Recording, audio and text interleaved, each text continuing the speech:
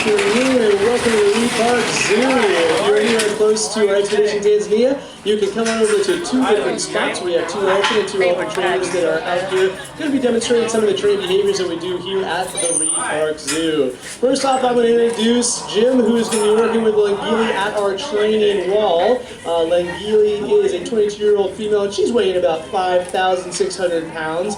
Jim's going to be showing off some of the behaviors that we train with our elephants here and how we train our elephants to be able to, for us to manage them a little bit easier in captivity.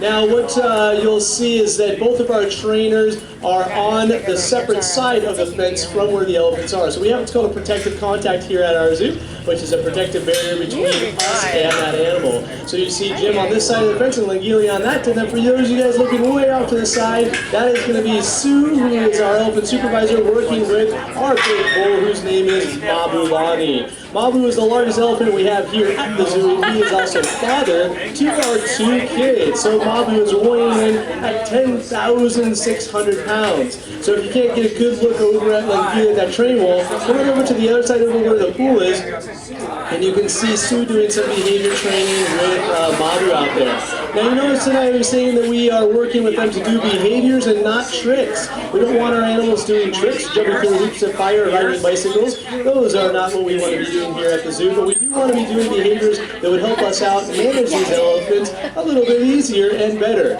Being such a large-bodied animal means that we need to get a good look at them, and to do that, they need to be trained to do and demonstrate and to give us a certain part of their body. So you can see the kid is working with Langili to be able to just lift that trunk up and to be able to look inside that mouth, even though she's chewing right now. Looking inside the mouth is a great way to see those teeth that are in there. Sue's got Mabu doing it off on the far side there as well. Elephants have 4 large teeth in their mouth. They have 2 in the front, or 2 in the top, and 2 on the bottom.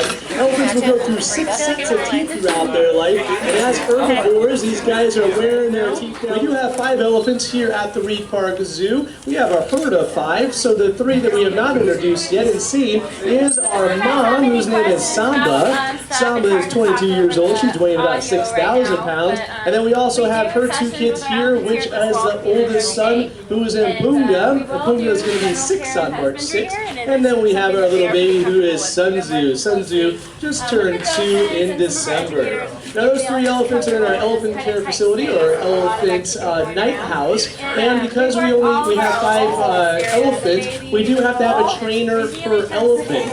Since we're only having 2 of our trainers working with an elephant right now, that means the other 3 are inside the elephant care facility.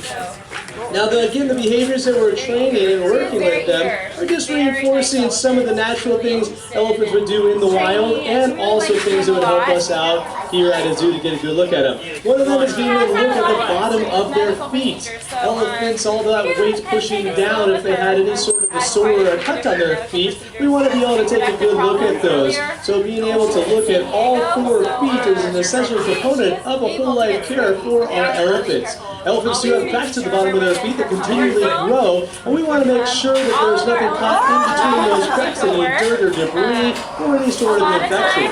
So each one of our elephants is trained to place a foot in a certain area, just to allow our keepers to get a good look at them. If there is anything going on, we have the ability to trim those feet or the pads or the nails to make sure those feet are looking good. A lot of the work we do here at the zoo is preventative care, so we would like to prevent anything from happening rather than treating it when it does happen.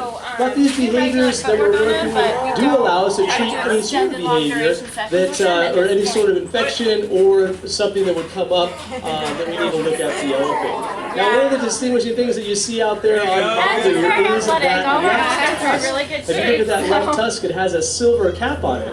Now, all 5 of our elephants came from the San Diego Wild Animal Park. We're actually celebrating our year anniversary. The year anniversary was yesterday for Langili and Mabu to come and work with us here at the Reid Park Zoo. And Mabu came with that tusk, or that cap on his tusk. And he got that because at the San Diego Wild Animal Park, he was wearing that tusk down. So he wore it down to where the nerve, or what's called the pulp inside that tusk, and we wanted to make sure that it didn't get an infection. So the San Diego Wild Animal Park just kind of immobilized him and put a cap on, very similar to if we were to go to the dentist and get a root canal and a crown.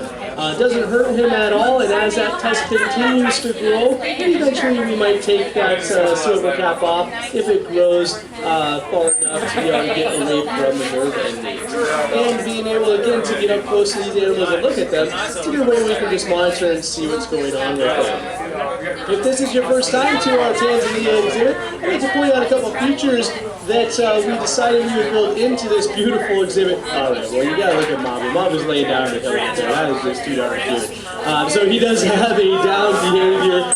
So if you're watching Mabu out there, that was a lay down on that hill, that mound, which gives us a perfect opportunity to talk about those dirt mounds. We do a lot of substrates and different substrates within the exhibit, whether or not it be the dirt or the sand or the grass or the mud, and it just allows the elephants to be able to roam on different material, different textures, and it's also really good for their feet as well. Those giant dirt mounds, as Mabu was demonstrating, they will lay on and sleep on and roughhouse, and they throw sand on their back.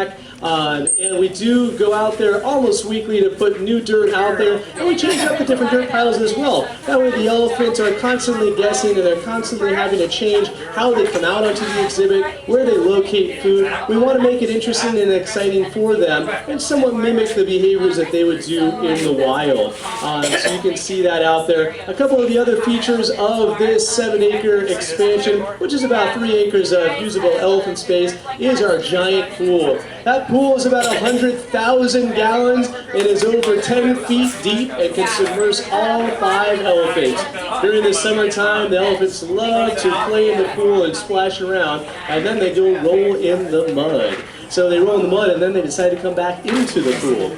Mud is a really good thing for elephants, and wherever you see an elephant, you will see a mud pie or a mud wallow. They love to wallow in the mud. It helps to keep them cool during the summer heat. It also helps to protect them from any sort of insects, whether it be flies or mosquitoes, and it works as a natural sunblock. They also use it to be able to heal up any sort of a wound that might be on them as well. So they'll use it kind of as an antibiotic and a band-aid, that mud. You can see 2 different mud wallows, one in our main pool exhibit and the other one on the far east exhibit. This entire exhibit is split down the middle to allow us to be able to split a herd if we need to, for good flexibility, or if we only needed to work with, say, Mabu and Nigerian, we could often put the other herd on the other side. So just having it split into 2 separate exhibits allows us to just be more flexible with what we are doing with the elephants. You also see some giant shade structures out there, and that's because we live in Tucson during the summertime. It gets really hot. And although these elephants are built to take the heat and the desert heat, they still like shade.